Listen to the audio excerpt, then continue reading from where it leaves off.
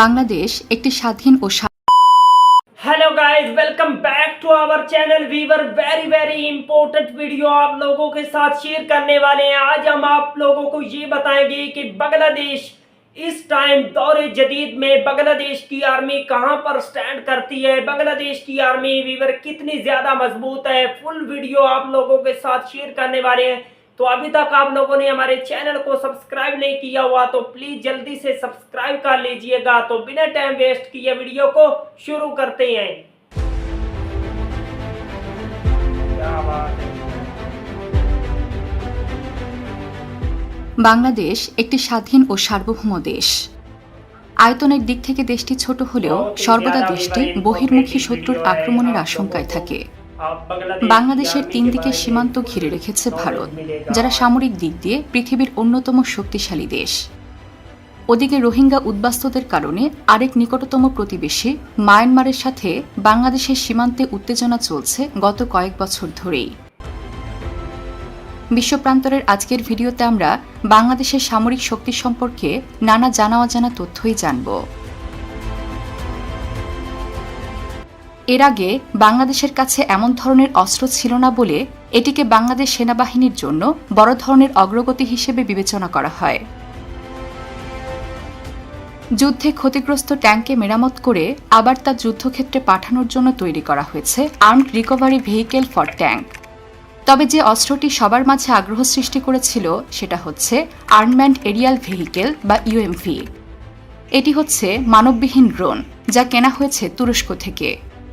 Drone ছাড়াও তুরস্ক থেকে সেনাবাহিনীর জন্য বিভিন্ন ধরনের armoured personnel carrier, multiple launch rocket system এবং regiment field artillery weapon system ক্রয় করা হয়েছে।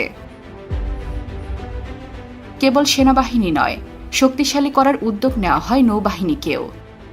সে উদ্দেশ্যে নৌবাহিনীর জন্য চীন থেকে ফ্রিগেট, বিভিন্ন ধরনের মিসাইল, ডকইয়ার্ড নির্মাণের উপকরণ কেনা হয়। এমনকি চীনের সহায়তায় নৌঘাঁটি ও সাবমেরিন বেস নির্মাণ কাজও শুরু করা হয়েছে। এছাড়াও ইতালি থেকে ইউটিলিটি হেলিকপ্টার এবং কানাডা থেকে আনা হয়েছে স্যাটেলাইট নেটওয়ার্ক সিস্টেম। অপরদিকে বিমান বাহিনীর জন্য যুক্তরাজ্য থেকে আনা হয়েছে MK5 এয়ারক্রাফট, ফ্রান্স থেকে এয়ার রাডার, ইতালি থেকে মানববিহীন ড্রোন এবং জার্মানি থেকে প্রশিক্ষণ বিমান। এসব অস্ত্রশস্ত্র মিলিয়ে বাংলাদেশের সশস্ত্র বাহিনী ক্রমশ শক্তিশালী হয়ে উঠেছে। বর্তমানে বাংলাদেশের সেনাবাহিনীতে সৈন্য সংখ্যা প্রায় 1,63,000। এছাড়াও আধা সামরিক বাহিনীতে প্রায় 68 লাখ সদস্য রয়েছে। এই বিশাল বাহিনীর পেছনে বাংলাদেশ মোট বাজেটের প্রায় 700 কোটি মার্কিন ডলার ব্যয় করে। গ্লোবাল পাওয়ার ইন্ডেক্সের হিসেব অনুযায়ী সামরিক বাহিনীর কাছে 320টি ট্যাঙ্ক রয়েছে। ট্যাঙ্কের পাশাপাশি 13,000-এরও বেশি সামরিক যানও রয়েছে বাংলাদেশের অস্ত্র ভাণ্ডারে। একই সাথে রয়েছে 215টি কামান, যার মধ্যে 27টি আবার অটোমেটিক বা স্বয়ংক্রিয় কামান। আধুনিক যুদ্ধক্ষেত্রে মোবাইল রকেট প্রজেক্টর একটি গুরুত্বপূর্ণ অস্ত্র। এর মাধ্যমে একসাথে কয়েকটি রকেট বোমা নিক্ষেপ করা যায়। বাংলাদেশের কাছে এমন মোবাইল রকেট প্রজেক্টর রয়েছে 71টি। অস্ত্রশস্ত্রের দিক দিয়ে বাংলাদেশ বিমান বাহিনীতে 216টি বিমান রয়েছে, যেখানে যুদ্ধ বিমান রয়েছে 44টি। এছাড়াও এই বাহিনীর কাছে 4টি বিশেষ যুদ্ধ বিমান রয়েছে, যা সক্ষমতার দিক দিয়ে অনেক এগিয়ে। বিমান বাহিনীতে হেলিকপ্টারের সংখ্যা 73টি। তবে বাংলাদেশের কাছে অস্ত্রশস্ত্র সজ্জিত কোনো হেলিকপ্টার নেই। তবে বিমান বাহিনীর প্রায় 17,400 জন সদস্য দক্ষ হাতে এসব অস্ত্র পরিচালনা করেন। আধুনিক অস্ত্রের ব্যাপারে পিছিয়ে নেই বাংলাদেশ নৌবাহিনীও। তাদের কাছে বিভিন্ন ধরনের 362টি জাহাজ রয়েছে, যার মধ্যে যুদ্ধ জাহাজ 190টি। এছাড়াও তাদের অস্ত্র ভাণ্ডারে 7টি ফ্রিগেট এবং 6টি করভেট রয়েছে। তবে তাদের কাছে রণতরী না থাকলেও নৌবাহিনীকে শক্তিশালী করেছে 2টি আধুনিক সাবমেরিন। সবকিছু পরিচালনার জন্য নৌবাহিনীতে 25,100 জন সদস্য সংখ্যা রয়েছে। এরপরেও বাংলাদেশের সশস্ত্র বাহিনীকে নানা ধরনের প্রতিকূল পরিবেশের মুখোমুখি হতে হয়। প্রতিবেশী দেশগুলোর তুলনায় বাংলাদেশের প্রতিরক্ষা ব্যয় তুলনামূলকভাবে কম হওয়ায় সশস্ত্র বাহিনীকে দ্রুত আধুনিক করা সম্ভব হচ্ছে না। তাই সমরাষ্ট্রের জন্য বেশিরভাগ সময় বাংলাদেশ চীন ও রাশিয়ার উপর নির্ভর করে। বিদেশ থেকে এসব অস্ত্র কেনা, তা রক্ষণাবেক্ষণ, প্রশিক্ষণ এবং খুচরা যন্ত্রাংশ কিনতে বিপুল অর্থ ব্যয় করতে হয়। অস্ত্রের জন্য অন্য দেশের উপর নির্ভরশীলতার কারণে অনেক সময় তা দেশের স্বাধীনতা ও পররাষ্ট্র নীতিতেও প্রভাব ফেলে।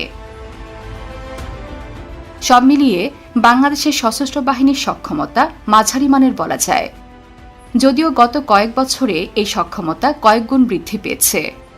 তবুও দেশটি যেহেতু ভারত ও মায়ানমারের মাঝামাঝি অবস্থিত, তাই দুই দেশের জটিল রাজনৈতিক পরিস্থিতি বাংলাদেশের উপরে প্রভাব ফেলে।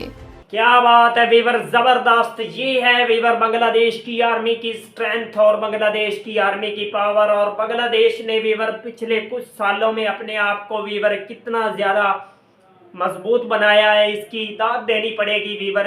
बहुत ही जबरदस्त किस्म का वीवर बांग्लादेश की आर्मी ने अपनी मिलिट्री की स्ट्रेंथ को बढ़ाया है पिछले कुछ सालों में। और आहिस्ता आहिस्ता वीवर अब जो बांग्लादेश की आर्मी है वो वीवर दुनिया की पावरफुल कंट्रीज में आता जा रहा है। बांग्लादेश की जो आर्मी है वीवर वो आहिस्ता आहिस्ता मजबूत बनती जा रही है, क्योंकि बांग्लादेश की जो आर्मी है वीवर वो बहुत ही ज्यादा पावरफुल किस्म के स्ट्रॉन्ग किस्म के वेपन को बाय करने जा रहा है। और बांग्लादेश जो है वो आहिस्ता आहिस्ता अपनी मिलिट्री की स्ट्रेंथ को बढ़ाता जा रहा है और दुनिया को दिखाता जा रहा है कि किस तरह वीवर बांग्लादेश की आर्मी ने अपने आप को इम्प्रूव किया है, मजबूत बनी है। तो वीवर किसी भी कंट्री का वीवर बांग्लादेश की आर्मी उसको मुंह तोड़ जवाब दे सकती है। अगर वो बांग्लादेश को नुकसान पहुंचाने की कोशिश करेंगे तो बांग्लादेश आर्मी उसको मुंह तोड़ जवाब दे सकती है। इतनी वीवर बांग्लादेश की आर्मी की कैपेबिलिटी है कि उसको जवाब दे बांग्लादेश की आर्मी। तो वीवर अगर आप लोगों को बांग्लादेश की आर्मी और बांग्लादेश के रिलेटेड मजीद इंटरेस्टिंग वीडियो देखनी है तो प्लीज जल्दी से